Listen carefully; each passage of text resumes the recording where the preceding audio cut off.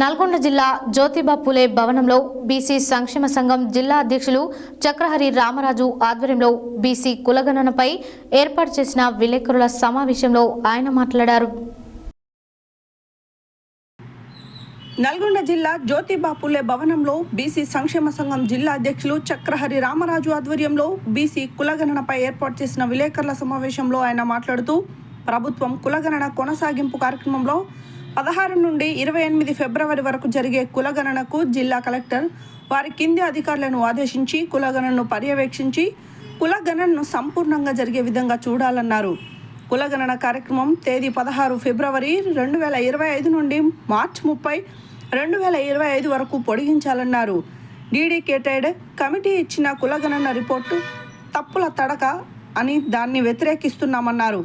ప్రభుత్వం కులగణనపై అన్ని రకాలుగా విస్తృత ప్రచారం చేయాలని కోరారు. జిల్లా కలెక్టర్లను బాధ్యతగా పెట్టి సంపూర్ణ కులగణన చేయించాలని, ప్రజలకు అనుకూలమైన సమయంలో అధికారులు వారి ఇళ్లకు వెళ్లి కులగణన చేసే విధంగా చర్యలు తీసుకోవాలని కోరారు. ఆధార్ నెంబర్ ఆధారంగా కులగణన చేపట్టాలని మరియు ప్రతి సభ్యుడు తన వివరాలను తెలుసుకునే విధంగా సాఫ్ట్వేర్ను పెట్టాలని, ఈ రిపోర్టును ట్రాన్స్పరెంట్గా ఉండటానికి వీలుగా వెబ్సైట్లో పెట్టాలని డిమాండ్ చేశారు.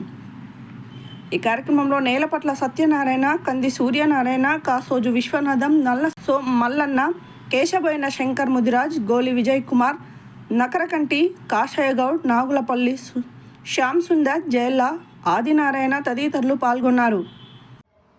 బీసీల యొక్క సమగ్ర కులగణన చేపట్టాలనే ఉద్దేశంతో డెడికేటెడ్ కమిటీని వేయడం జరిగింది. ఆ డెడికేటెడ్ కమిటీ జిల్లాల మొత్తం తిరగడం జరిగింది. ఇచ్చినటువంటి డెడికేటెడ్ కమిటీకి మీరు చెప్పడం విన్నవించడం జరిగింది ఏంటంటే, ఈ డెడికేటెడ్ కమిటీ అనేది ప్రజలకు చైతన్యం చేయాల్సిన అవసరం ఉంది. దీని మీద కలెక్టర్లు పూర్తి సంపూర్ణంగా బాధ్యతతోటి పనిచేయాల్సిన అవసరం ఉందని చెప్పి తెలియజేయడం జరిగింది.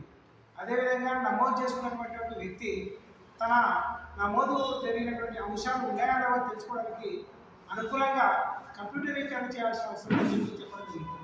కానీ ఈ డెడికేటెడ్ కమిటీ గ్రామానికి తప్ప తర్వాత అది నిశ్శబ్దంగా దాని పనిని దాన్ని సంపూర్ణంగా పని చేయనట్టుగా ఇప్పుడు చూసినటువంటి లెక్క చూసి తెలిసిపోతుంది. ఇప్పటికీ మేము ప్రభుత్వం అవుతాము పనికి మానే శిక్ష మీదను ప్రచారం ఎక్కువ చేస్తూ ఉంటాం.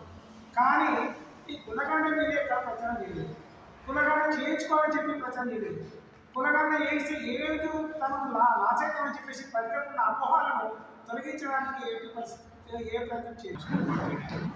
ముఖ్యంగా గతంలో జరిగే కులగణనం మరి సమగ్ర కులగణనం 50% బీసీల నమోదు జరగడం జరిగింది. మరి నిన్న జరిగిన కులగణనం మాత్రం 49% జరగడం, మరి ఈ 10% అనేది ఎక్కడ పోయిందనే ప్రభుత్వం మరి గుర్తించాలి. ముఖ్యంగా ఈ బోగస్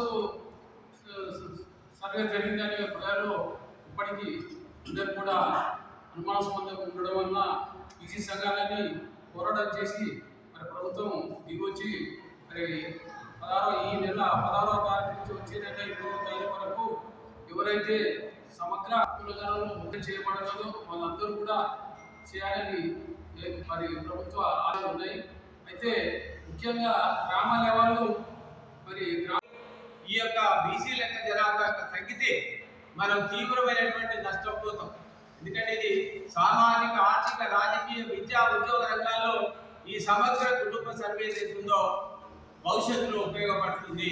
మన యొక్క జనాభా శాతం తగ్గితే మన యొక్క రిజర్వేషన్లు కూడా తగ్గుతాయి. కాబట్టి ప్రతి ఒక్క బీసీ కూడా దీన్ని ఈ 16వ తారీఖు నుంచి 22వ తారీఖు సర్వేలో ఎవరైతే చేసుకోలేదో ప్రతి ఒక్కరు ఖచ్చితంగా చేసుకోవాలని కోరుతున్నాం. ఎందుకంటే పోయిన సర్వేలో చాలా మంది మరి స్టిక్కర్లు అతికించిపోయి తిరిగి సర్వే చేయలేనటువంటి ఒక రిపోర్ట్ ఉన్నది. అంతెందుకు మా ప్రధాన కార్యదర్శి గానే స్టిక్కర్ అతికించి పోయి రాలేదనేటువంటి యొక్క మరి ఇది ఉన్నది. కాబట్టి ఈసారి జరిగేటువంటి సర్వే సమగ్ర జరగాలి. ఎందుకంటే చాలా కులగణనలు, చాలా సర్వేలలో జనాభా యొక్క శాతం ఏదైతుందో ఒకటి ఇక్కడ నేనే ఆర్టీఓ గారు తీసుకోవాలి. అలానే జిల్లా కలెక్టర్ గారు ప్రతి గ్రామానికి పంచాయత్ సెక్రటరీస్ ఖచ్చితంగా ఉన్నారు, విఆర్ఓస్ లేరు. పంచాయత్ సెక్రటరీలు కూడా వాళ్ళకి ఆదేశాలు ఇవ్వాలి. ఆదేశాలు ఇచ్చి ప్రతి ఒక్క ఇంటికి సర్వే చేసి, ఇదివరే సర్వే చేసే కొన్ని దాంట్లో రిపోర్ట్లలో కులం పేరు రాయకుండా కూడా ఉంటే మా దృష్టికి వచ్చినాయి. పోయినసారి కూడా మా ఇంటికి కూడా రాలేదు. మేము ప్రతి మున్సిపల్ కమిషన్ని పట్టణంలో చేసిన ఎందుకంటే ప్రతి వార్డుకు ఎవరైతే ఇన్వెంటరీలో వారి నెంబర్, సెల్ నెంబర్లని సంబంధిత కౌన్సిలర్కి ఇవ్వాలని, అలానే రెవెన్యూ డివిజన్